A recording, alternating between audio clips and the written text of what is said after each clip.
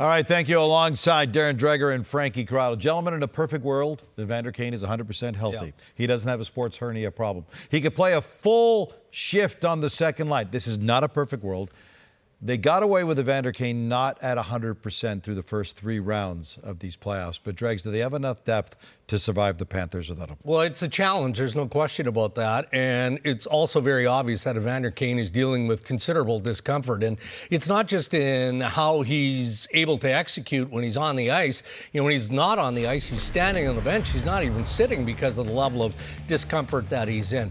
You can tell that he's not playing at close to 100%. So, yeah, it absolutely challenges the depth of the Edmonton Oilers. You know, a player like Warren Foegele comes back into the mix. That line was decent in Game 1, but it has to be better than decent. It has to find a way to execute. Beyond that, you look at some of the youth that they have in the lineup, like Holloway or McLeod, and they look like they're feeling the heat of the Stanley Cup final right now. So when you're forced to chase the game the way that Knobloch was the other night, and you're forced to put McDavid and Draisaitl together, that makes a real easy condensed matchup for the Florida Panthers, which means that your depth is going to have to find a way. It was interesting. After the Game 1 loss, Connor McDavid said there was lots to like, but not much puck luck. The Oilers dominated really for much of the game. They outshot them 32-18. We'll get to Bobrovsky in a minute because that's obviously the elephant in the room. But beyond that, is it worrisome that the Panthers were able to beat the Oilers the way they did and they didn't really play Panthers-like? It is, because you can account for the Florida Panthers playing a much better game. And there's a few things that have to factor in. Matthew Tkachuk is not going to have a quiet game throughout the rest of this series. He's going to factor in more.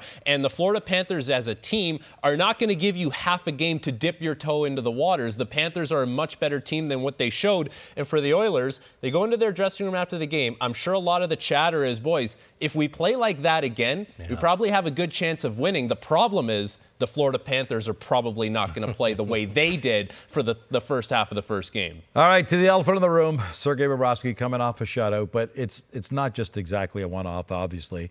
So far in these playoffs, he's given up 2 goals or more once in the last 12 games. What's the strategy against Bobrovsky? Well, I mean, obviously they've got to find a way to score. It doesn't matter what their goaltending or their defensive structure is in Edmonton. If they're not putting the puck in the net, they're flat out not going to win this series. You know, Edmonton did a good job of testing Sergei Bobrovsky in Game 1.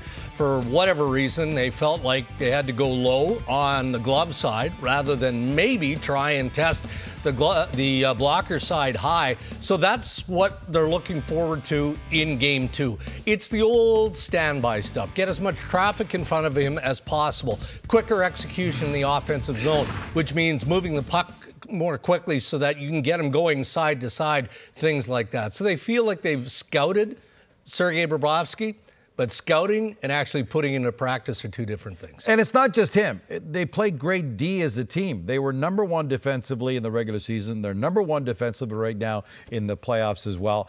How important is it to score on the Panthers first rather than getting scored first so you can get them off that tough D? The Panthers are so good at playing with the lead. You take a look at what they've done so far in the playoffs this year. After the first period, if the Panthers are leading, they're 6-0. After the second period, they're 8-0. So important for the Edmonton Oilers to score the first goal, because as we saw, when Florida has a lead, even though they haven't played a great game up until that point, they have the players that they can lock things down, and they're blocking shots and they're keeping things to the outside. The Panthers and their goaltender buys them enough time so that the players on the ice can say, okay, now we can get to our game plan. And that's exactly what they did in the second half of that first game, where you start to think, okay, Florida didn't have a great start, but they found their game, and it was hard for the Edmonton Oilers to crawl back. Edmonton Oilers make a lineup change for the first time in these playoffs. Cody Ceci, a healthy scratch, Dregs. Yeah, Vincent Desharnais is drawing into the series. I'm not overly surprised by that. I mean, that pairing of Cody Ceci and Darnell Nurse just wasn't good enough in Game 1.